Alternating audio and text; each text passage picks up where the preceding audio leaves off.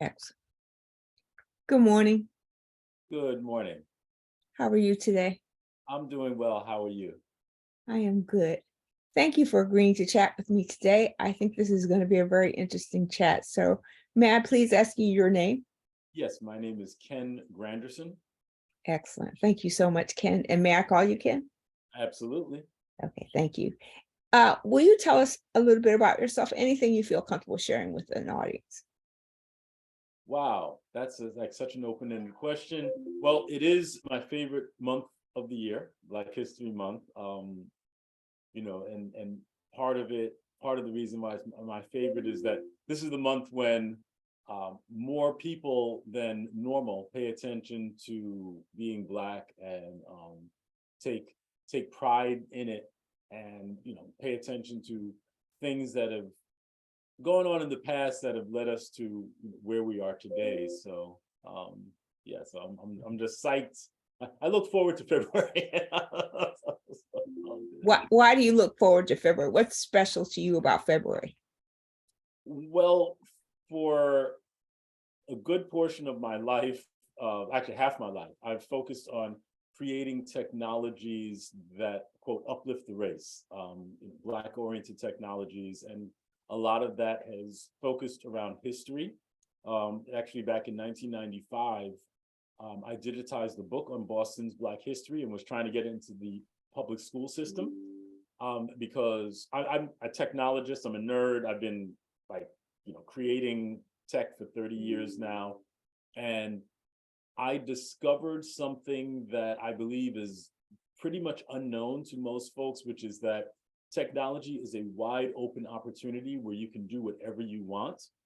And I say that because one of the things that I've seen, directions I've seen the technology industry shift to, is one where um, I don't see folks like myself who are tech entrepreneurs. So back in the day, I had a company called Inner City Software. T-shirt is in the back over my shoulder, which is a euphemism for Black software company. This is in Boston in the 1990s. And with a team of myself and three other developers, we put Boston's Black communities online. We put the empowerment zone online. Afterward, a decade or so later, I single-handedly created the website that for the government of St. Lucia, put that online. And today, while we have tens and tens of thousands of Black folks in the tech space, because I'm in forums that have 11,000 people, it seems like no one has any concept of doing anything except trying to get a job. And while I say, I got a bunch of sayings, and while one of them is that Black folks with jobs beats Black folks without jobs, in my view, 25 hours a day, 8 days a week, it's not going to change the balance of power in the industry. And the tech industry is wide open. It literally doesn't require anything but your time in many cases to create something and put it out there and learn how to provide services. I taught myself, and the company I was working for wasn't willing to do tuition reimburse. I said, okay, no problem, I'll do it on my own. And just the level of opportunity that's possible from pure nothing but self-determination, and no one has gotten in my way. um you know uh uh yeah, so the history angle is so important to me, because I understand that unless you know that you stand on the shoulders of giants, it's easy to see yourself low down. So another saying is, when you know that you stand on the shoulders of giants, it's easier to see yourself from a higher place. Mm. And you know all cultures have great successes and pioneers or whatever, but we don't know about the Black ones. And a lot of that, we're at a time where in certain parts of the US there's suppression about Black history and this and that, and a lot of folks are upset about that. I don't get upset about that. What I say is, so you're telling me you thought that the same kind of folks that bought and sold you 100 years ago were going to teach you about your power? How's that working out for you? So I've never expected other folks to do that for us. I've always felt that we had to do it on our own. And so, yeah, so for 1997, it's funny, yeah. So thanks to calculators, most of us have forgotten how to do math, myself, even though I did a lot of math. Yeah, so, so in 97, since 97, I've run blackfacts.com. Set it up initially as it's the world's first Black history search engine. We set it up initially as something to try to get the Black community interested in this new thing called the internet. Because when it comes to different innovations and different opportunities, so many of us, I believe, have been so conditioned to not think that these new things and these great things are for us. So, Black Facts started as a way to try and say, hey, this internet thing, you're in it too. And my longtime friend and business partner, Dale Dowdy, a few years ago, we decided to try to make it into something more than that and make it into a business. And after some stops and starts trying to figure out what to do, we've started getting digital Black history into schools. And so I'm really psyched that as of right now, we are in 9 states and, focusing on the other 50, Excellent. Yeah, so. There's a lot in there to unpack, but I want to start by starting a little bit about you. So you were not a technologist by trade. You made yourself a technologist. Oh, no, definitely a technologist by trade. Okay. Yeah. Got introduced to computers in my late teens. This was in the late 70s, though. There was no way that my family could afford one. So I got into audio stuff and DJing, and ended up being really into that. I did go to MIT thinking that I was going to do computer science, but the nerds were so scary. I said, oh, this DJ thing is kind of cool. So I did electrical engineering. I didn't pick up computer until a decade later, close to a decade after graduating. No, not a decade. No, it was only about 7 years after graduating. And, I was doing software testing, not programming. So, yes, when I decided to start doing programming, that's when I had to do it on my own.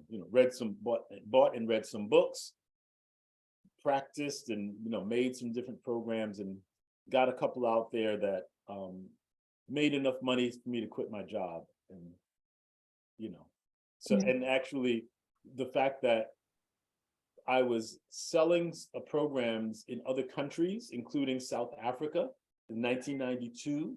Those were some of the things that really blew my mind about the opportunity, as well as in a book that one of my programs got put into.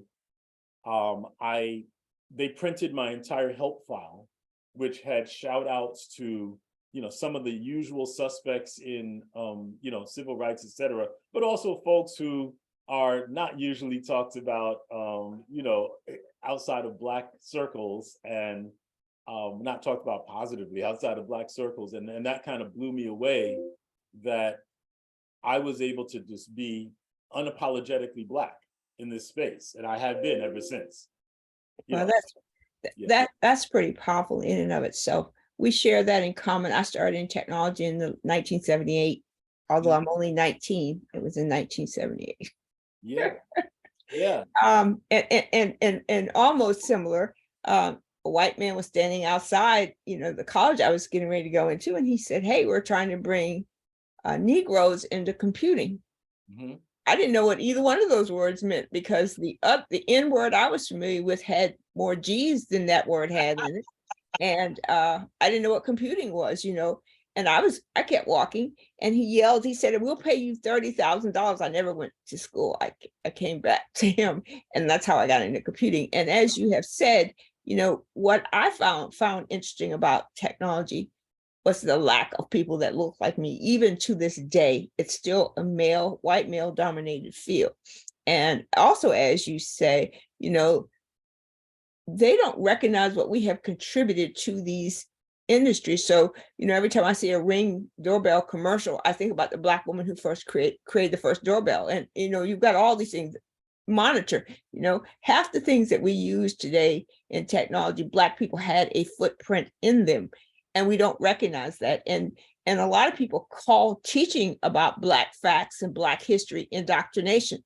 I disagree with that. I think that people should know that we are as much a part of this society and what it is as any other group, and I think the other thing you said, to be unapologetically Black, should not be ashamed of it, because for so long, and I can admit this even in myself, I thought there was something wrong with me, my thick lips, my hips, all of these things, my hair, I didn't fit into what society said was good and beautiful. I was, a Black woman, and I struggled with that, I mean, I didn't know how to cope with that as a young person. And now as an adult, and an old adult at that, I am now trying to, with these diversity chats, is to empower people to see that whoever you are, it's okay to be that thing. And if you don't love it, no one else will, and that's what I hope to happen with my chats. But let me go back to this. So in the work that you did, and you wrote this program, and it had wide success and all of that. How did you come to Black Facts? What made you pursue this, and what's your ultimate goal with Black Facts? I'm laughing because a lot of times, a lot of things I don't have like a deep story about. So while I viewed the idea of history as I call it the Black Barbie doll effect, old stories about kids picking the wrong dolls, etc. Because I was am a nerd still, proud to be none, who was seeing that this technology thing was wide open, you could do whatever you want. I believe that unless we saw ourselves reflected in the technology, we were not likely to embrace it.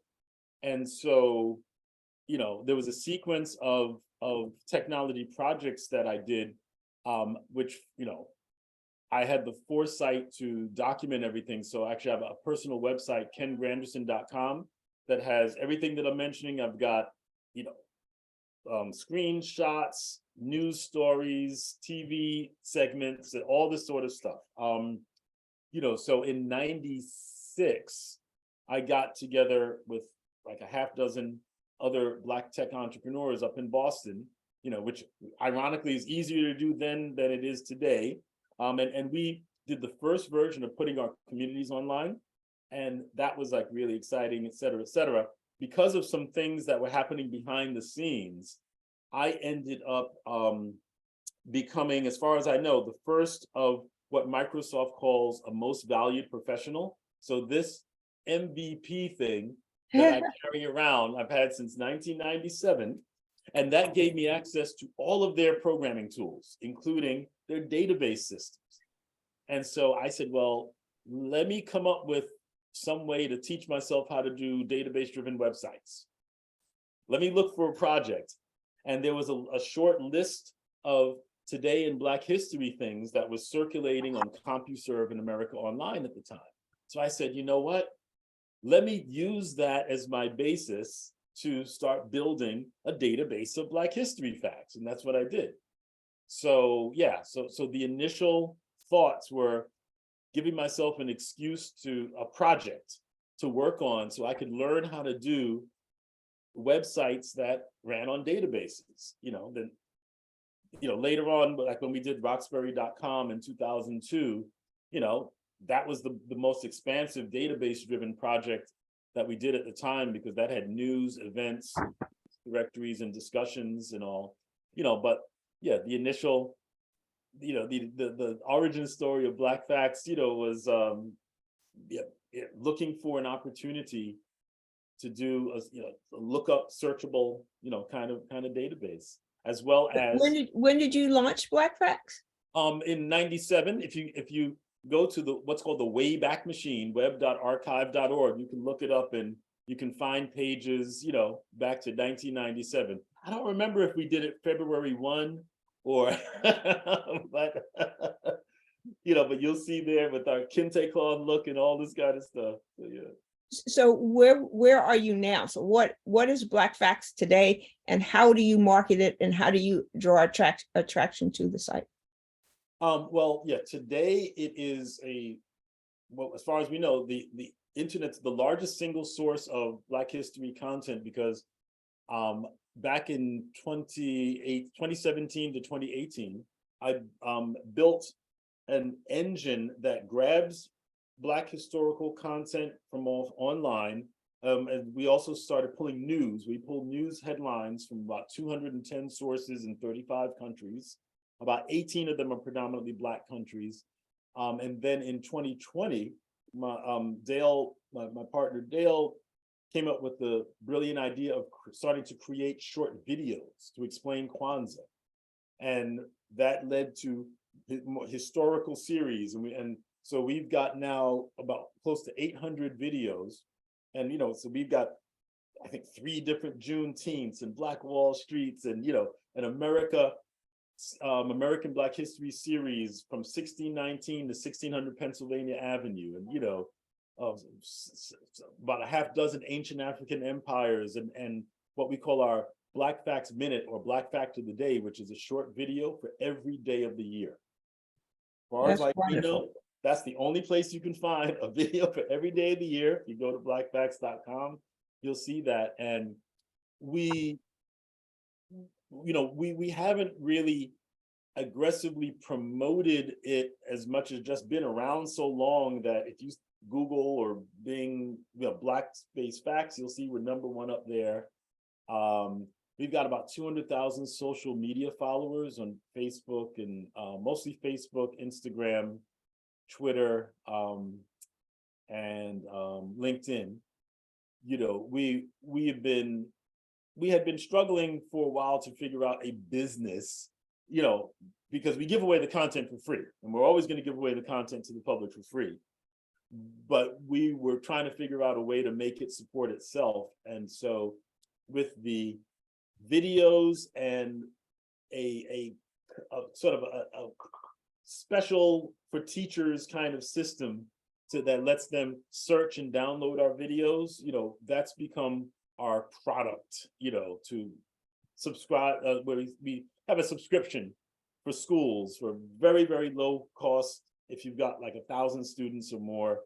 So we're just trying to work our way through learning how to deal with schools, because every state or municipalities sometimes have their own vendor processes. So we're working through that. So I have a couple of suggestions that might be worth considering. Have you talked to the people at the Smithsonian? When I started doing my chats, somebody connected me to them, and they listened to maybe 20, 30 of them, and they said, this is really good material. We would like to find some way to do something with it. I didn't pursue it, and I don't think they followed up with me after they didn't hear from me, but maybe your content might be, especially with the African American Museum now, there might be a need for this to be somewhere. The other thing I was thinking about, so you are familiar with Equal Justice Institute in Alabama?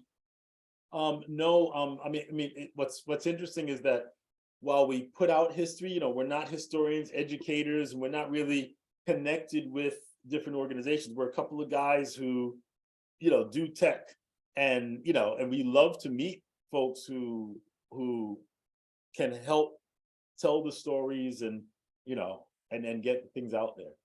Well, I think your material that you have recorded would be something that would be of value to the Smithsonian, regardless to whether you are, historians or anything. Like, I think the information would be valuable.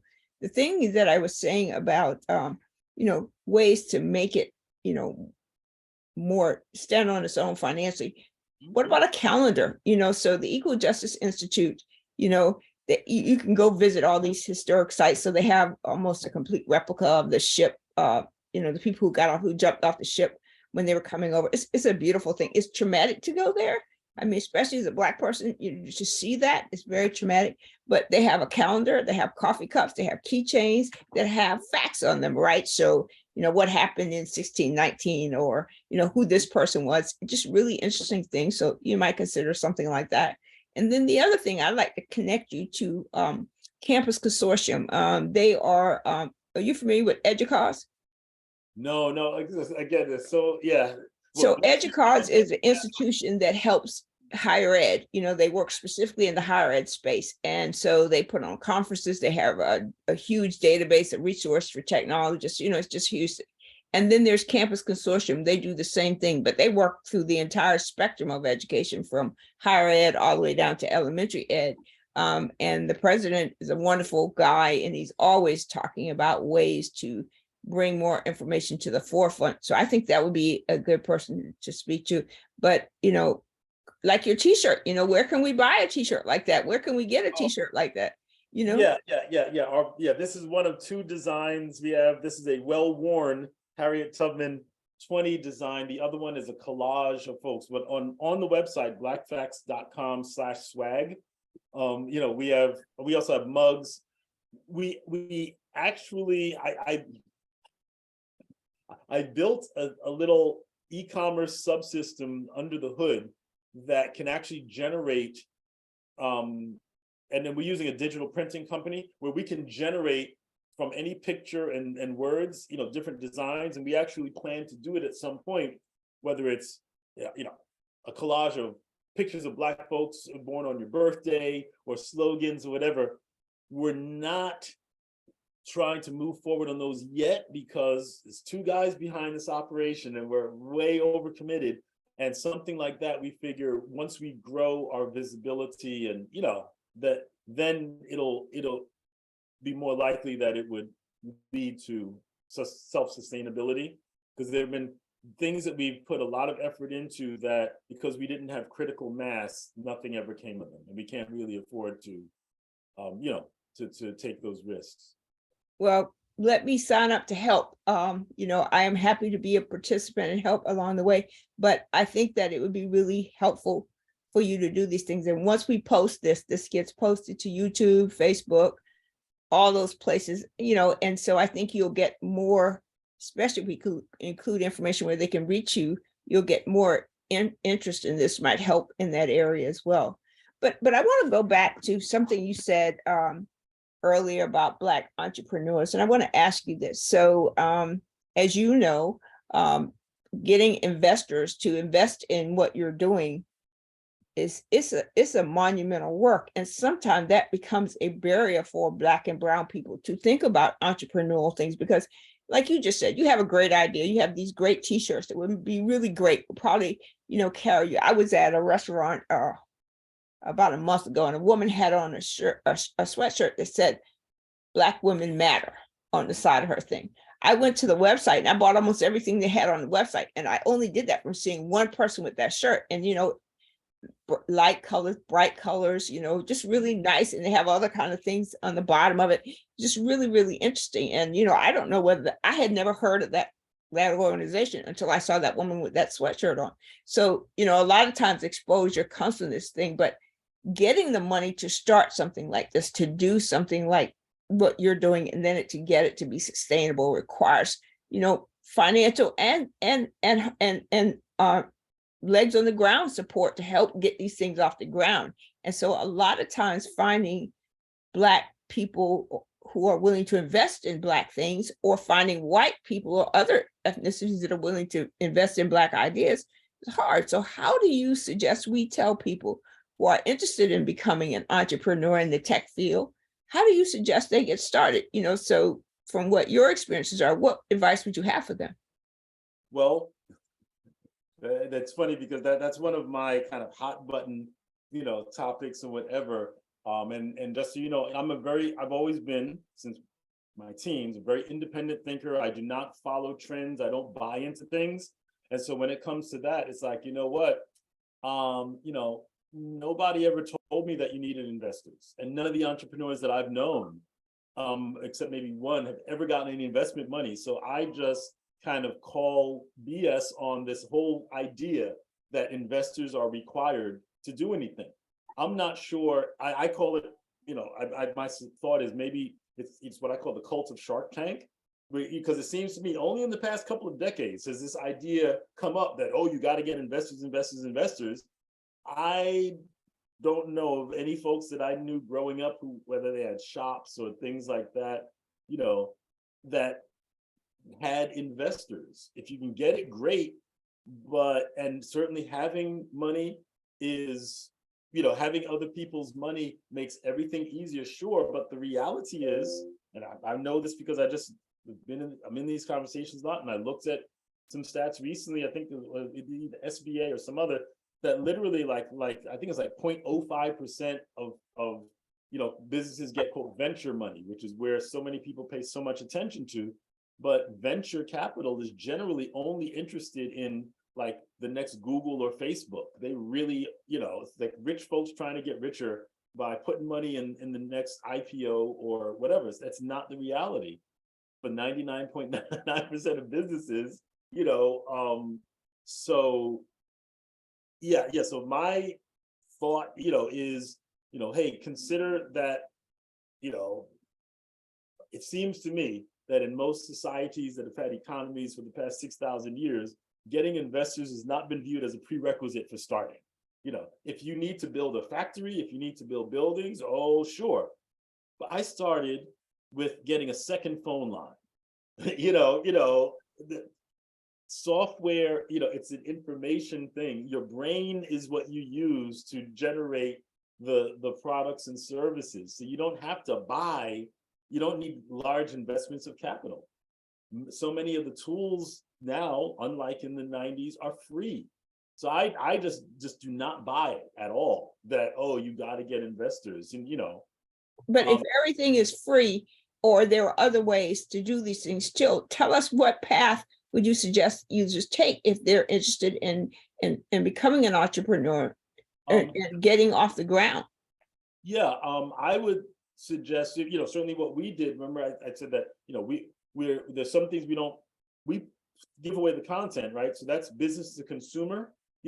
We don't have a plan right now for monetizing that, because in the 90s, around the mid 90s, the concept of free software came out, and that's, taken over. It is very difficult, from what I've seen, unless you're one of a tiny number of folks in very tiny segments of industries like games, where people are used to, regular users are used to spending money. So many folks are, when it's something digital or music, they're used to getting it for free. And so it's hard to sell. So business to business is where I see the opportunities. And what we're doing with Black Facts is selling to schools. It's a business, basically. So whether you are, building tools that businesses are going to use, or things that help them, sell their products, or promoting their products, whatever it may be, I think business to business is easier, than business to consumer. And in terms of starting out, I mean, it seems to me that some of the time-honored strategies have, been to use, whether it's investment or building your business, friends and family. That's where you start. And if you have a product, if you're developing a product or service, you can use systems like LinkedIn, which is how we connected. And if you use them strategically and connect with people who you think are going to want your product and service, and start putting information out there, that could be a way to start, making inroads into whatever industry you're trying to sell to. So those are just the thoughts that come off the top of my head. But honestly, so much of it, in my view, comes down to your mentality. I get in these conversations and I hear people, oh, you can't because of this, you can't, what? And I say, I've got to the point where I'm like, you know what? Fine, we're good. Don't, I don't have time to talk about what you can't do, because I'm over here doing it. And I'm gonna keep doing it, and y'all can just keep saying all the reasons why you can't do whatever. As a well-known, philosopher once said, ain't nobody got no time for that. So I would just add, if you're listening and you're interested in starting a business or starting an organization or something of that nature, it is important that we consider all the pieces. I think what you said is exactly right. Business to business or business to consumer. I don't think that should be a qualifier. I think if you have a good product, gather around a small group of people, test it on them, run it by them, get their ideas, see what they think about what you have to say. I will say that you have a lot of naysayers to say, oh no, you can't do that. No, that's not going to work. If you listen to that, you will lose your thought and your goal and what's driving you to that. But you have to have some place where you have people. They're not related to you. You can have a couple of those, but not related to you, don't have an interest in what you're doing, and run your idea by. When you do develop a marketing plan for one, the first thing it says is to understand who's going to be your competition and what are the issues that you have there. So if you have an idea, hold on to your idea. Don't give it up just because someone said, no, that doesn't make any sense, or you shouldn't do that, because that's how ideas die. What is the raisin in the sun? A dream deferred is a dream that's not possible. It doesn't come to life. So in reality, if you are thinking about this, I think I agree with Ken. You don't always need investors, but you can get small investors. Get people to give you $50 or $100. Small amounts of money add up. And you keep doing this until you figure out how much you need to get what your idea is to bring it to market, and whatever that might mean. Okay. And you know what, now to be very specific, right? When I was suggesting not looking at B to C, I'm talking about in the world of technology, because if you're making smoothies, you're a contractor doing any other kind of business but technology, people are happy to spend money. Regular users, it is in technology, because we've been programmed in the past 20 something years. Oh, it's free, it's free, it's free. Things like Facebook, etc. It's free, it's free, it's free. So it's very difficult in that free mentality to say, okay, I have this product, this software, pay me. Folks get ready to boycott Facebook when they hear a rumor they're going to charge $5 a month, the 24/7, 365 access, but they don't want to pay that same $5 that they give to Starbucks every day. So I was speaking specifically around technology for that. One of the things that I had heard of, but only recently had started learning, that I would encourage anyone starting a business, is something called the lean startup approach. It's like a canvas that has 9 blocks that talk about different aspects of the business. I thought about that when he said, think about all the pieces, because myself and most of the folks that I know who have been like grassroots entrepreneurs, we're craftspeople, not business people. We have an idea, we make something, we know how to create or produce something that we think we can sell, and we just jump into it that way, and we don't think about these other aspects. So you talked about getting information from people. Absolutely.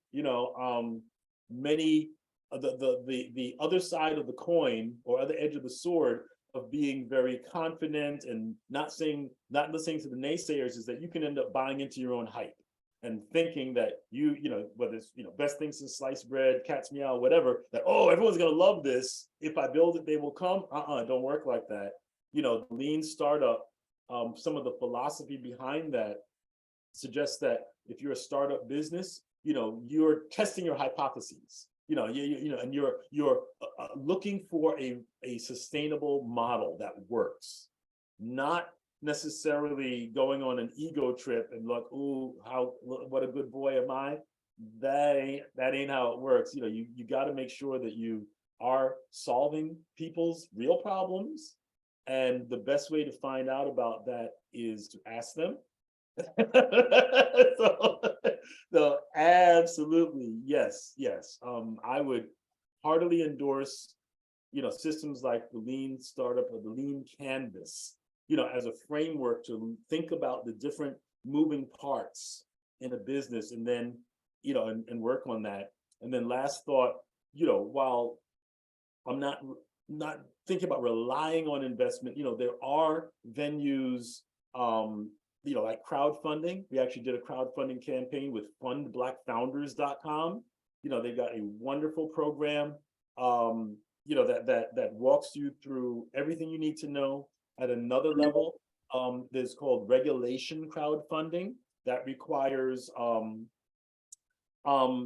financial documents and things like that. And there's a group called the Black 10K Project that Their vision is to get 10,000 Black folks together to put $100 into a business and fund it for $1 million. So they, so Fund Black Founders and the Black 10K Project are two, interestingly, both women-run initiatives oh yeah, your sister's holding it down. Takes a lot of us a little longer many times to get it together, but but those are two approaches, two groups that I heartily endorse, for that. But at the same time, I'm still encouraged, don't expect it, rely on it or whatever, if you can get something out there and show you have something, that also puts you in a better position for folks to take you seriously as an investment risk, because you're asking people to risk their money. And me personally, I would never ask anyone to invest in something I wouldn't put my own money into, and I would hope that folks would use that same sort of approach to make sure that they've dotted their I's and crossed their T's before they're asking folks for money, unless they're saying, hey, I really don't know how this is going to work out. This is I'm going out on faith. That's cool too, if you're honest with people. Well, I really appreciate that. This has been a very helpful conversation. I've learned a lot about your organization, and I can't wait to go explore it and get my Black Facts Matter t-shirt, my Black Facts Matter coffee cup, my keychain. I cannot wait for all of those things. But thank you so much for agreeing to chat with me. I hope you will chat with me again soon. Keep me posted on what's going on with you. And I really appreciate this. Is very, very informative, very, very helpful. Okay, thank you so much for inviting me, and happy rest of Black History Month, and for those of us who celebrate Black History every day, happy life. Absolutely, absolutely. We're Black every day of the year, not just in February. Right. And you know what? There's a quote not a quote that I made up, but one that I'm surprised I never heard of, that resonates so much to me. It's Marion Wright Edelman.